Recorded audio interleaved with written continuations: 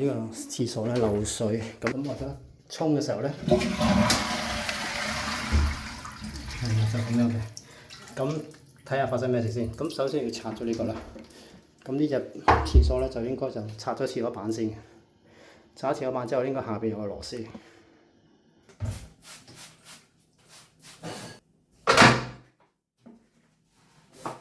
咁記住呢啲掛牆嘅廁所咧，一種咧就係有兩粒絲母咧，就喺個伸手喺個底度解嘅，就喺呢度。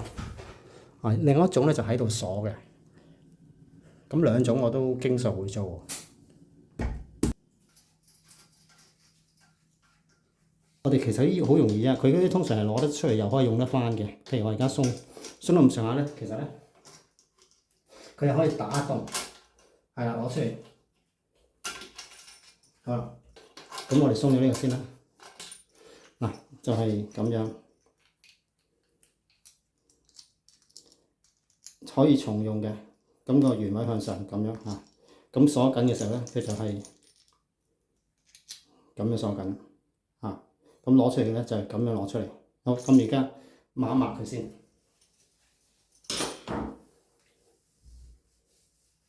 跟住咧，我哋又鬆呢個啦。呢度有粒螺絲啦，就喺邊度嚟嘅咧？其實咧就係上住喺呢度嘅，咁所以令到嗰個座廁咧就唔會向後跌。咁一路卡住呢度咧有兩粒嘅，左一粒。咁我哋鬆咗之後咧，咁成個座廁就可以褪出嚟噶。個原理就係咁嘅啫。咁其實基本上都係唔需要落膠嘅，除非你驚佢唔穩陣先落膠。我覺得唔會唔穩陣咯。不過佢可能攞膠避震啦。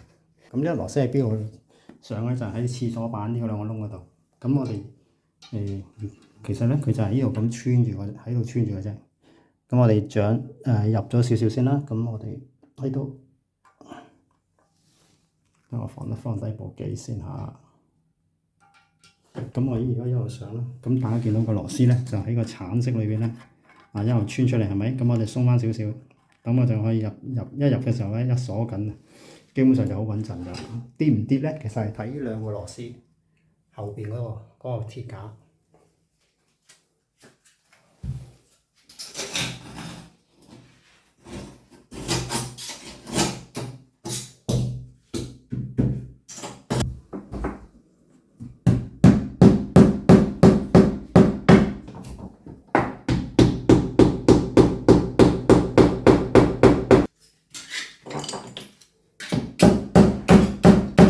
其實呢啲後邊咧係唔需要落膠水，不過唔知點解佢會落咗咁多膠水。攞膠水其實係好難攞，咁變咗我哋係需要用啲辦法咧，咁樣逐啲左右。我做好多廁所都冇落膠水嘅。其實扣得緊係唔需要，打完膠就已經 OK。咁而家咧就可以拉出嚟啦。仲有好多膠喺度。就唔好心急，左右，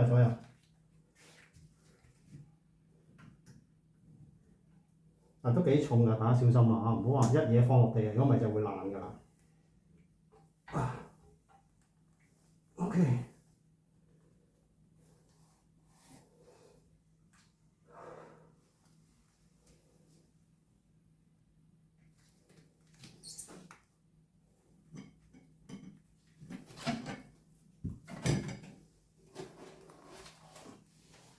嗰個軟膠咧係甩晒出嚟，硬化晒啦。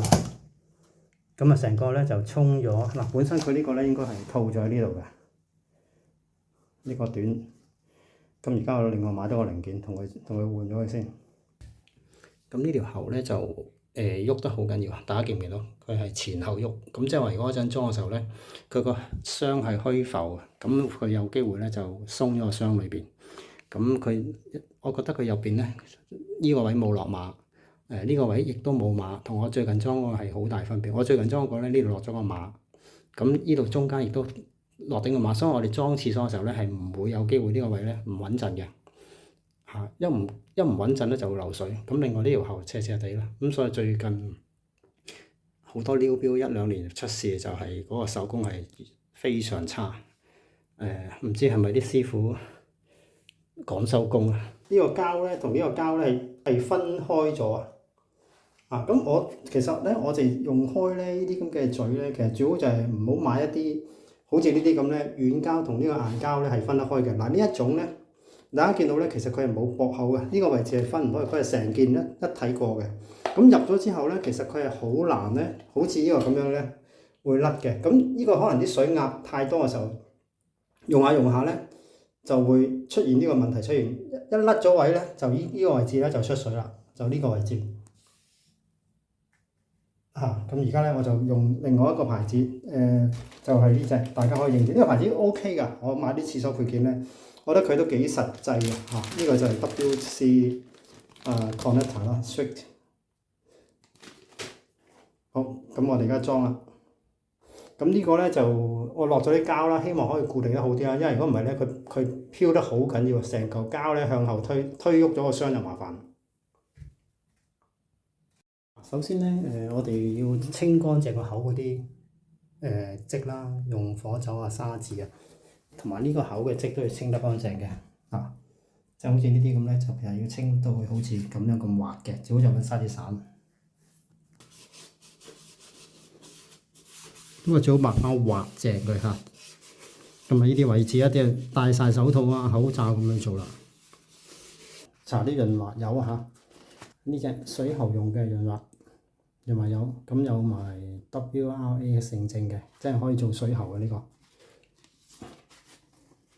咁搽咗之後咧，咁嗰啲位置咧就容易啲推入去，即係呢啲位置。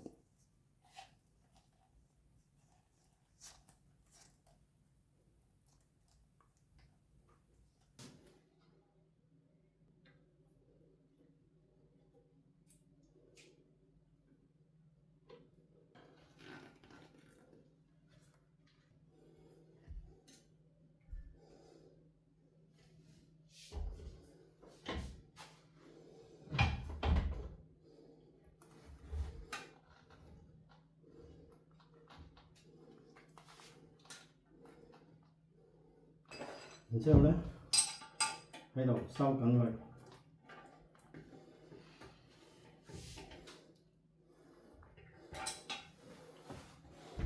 OK， 搞掂。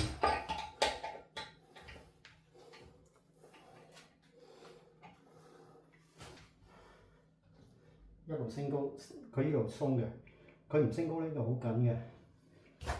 升高，好，再收緊啲啊！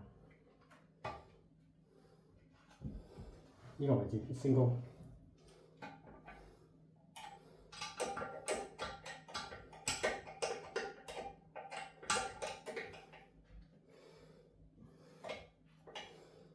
你扭嘅時候嘅手感，你覺得好緊嘅 OK， 唔需要搏命扭嘅咁同埋咧，你可以撳一撳OK， 我哋而家去試一試嗰個放水。咁如果漏唔漏咧，其實咧已經係一撳水已經知道嘅。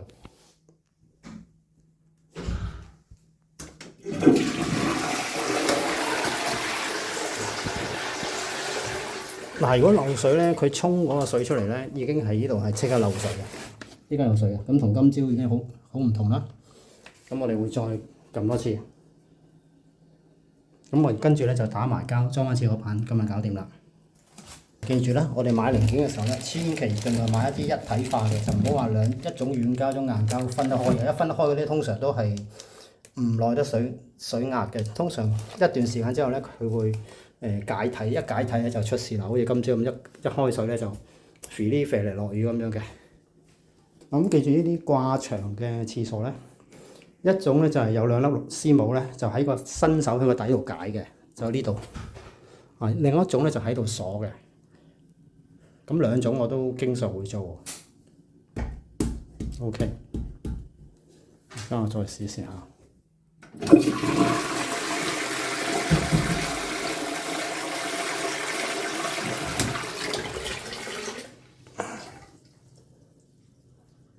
少少嘅。